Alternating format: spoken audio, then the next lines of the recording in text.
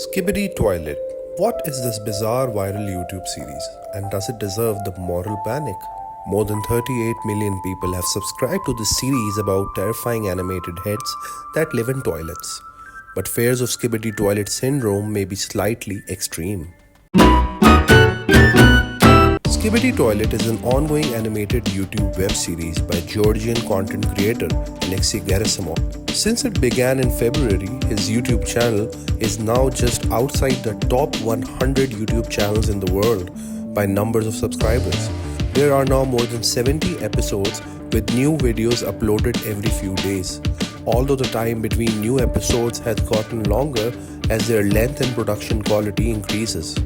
Skibidi Toilet's popularity is mainly being driven by children under the age of 13. It's the first meme that members of Gen Z are laminating, not understanding because they're too old. The young age of most Skibidi Toilet fans, combined with the show's unsettling aesthetics and violence, make it perfect fodder for a new moral panic over how the internet is poisoning children's brains. Parenting websites and TikTok influencers, particularly in Indonesia, are already warning about the apparent dangers of Skibidi Toilet syndrome, and the Russian authorities have gotten involved.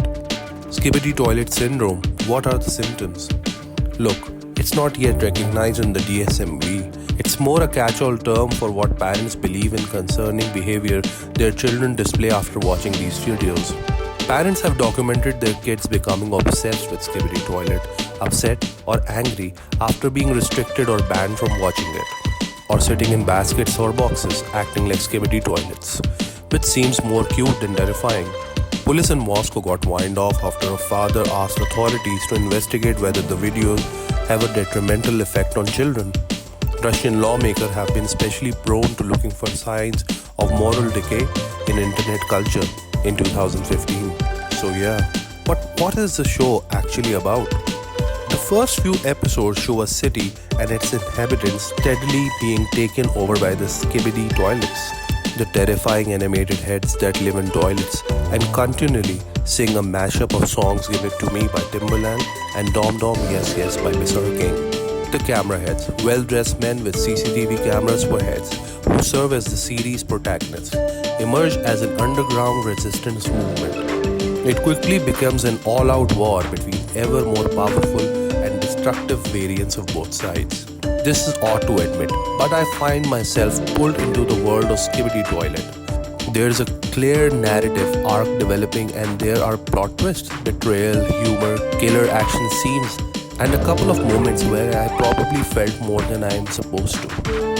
Hand-wringing about the internet turning kids into psychopaths has become a recurring feature of the contemporary news cycle. In the last few years, social media has been blamed for making kids and teenagers eat laundry detergent, steal items from their schools, and develop symptoms of Tourette syndrome.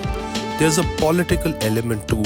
Far-right politicians in the US and elsewhere are fundraising and campaigning of ludicrous claims that TikTok is brainwashing kids into questioning their sexual and gender identities, supporting Hamas, or becoming bait for child sex traffickers.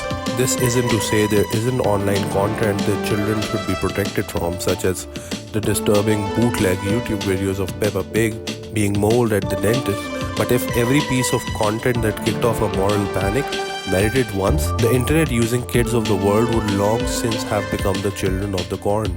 So what is the verdict? It's kind of fun. There are definitely parts that small children might find frightening.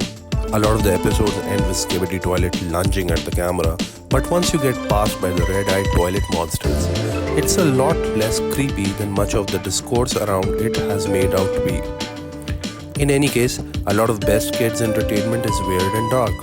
Roald Dahl's books are full of murderous school principals and kids getting mutilated in comedic ways. Hansel and Gretel had to push a witch in the oven. If you're worried about your kid suddenly acting like a singing toilet, watch some Skibidi Toilet with them. It might even become a guilty pleasure.